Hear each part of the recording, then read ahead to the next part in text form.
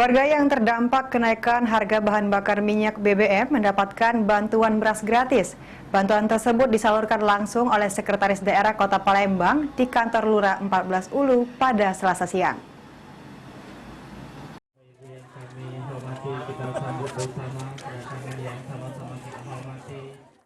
Warga yang terdampak kenaikan harga bahan bakar minyak BBM mendapatkan bantuan beras gratis.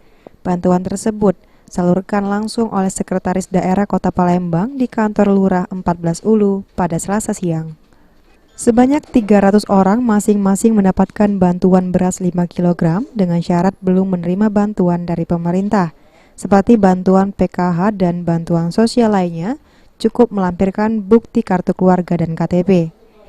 Ratu Dewa memberikan apresiasi kepada DPP Gencar telah menyalurkan bantuan beras dari pemerintah provinsi melalui Pemkot Palembang.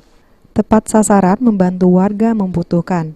Diharapkan dengan bantuan tersebut bisa meringankan kebutuhan warga libur Natal dan Tahun Baru 2023.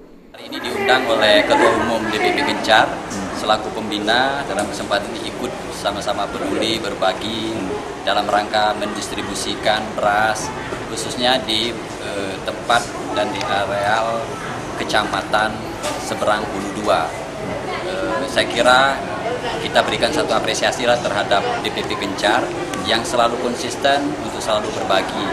Apalagi waktu itu di tengah COVID-19 masih tetap berbagi, bahkan di akhir tahun 2022 ini masih tetap peduli dan berbagi dengan warga yang ada di sekitarnya. Satu hal yang patut saya berikan apresiasi kepada. Selain itu, untuk menekan inflasi kenaikan harga beras, pemerintah Palembang juga menggelar operasi beras murah di setiap kecamatan di Kota Palembang. Abidin Riwanto, PAL TV.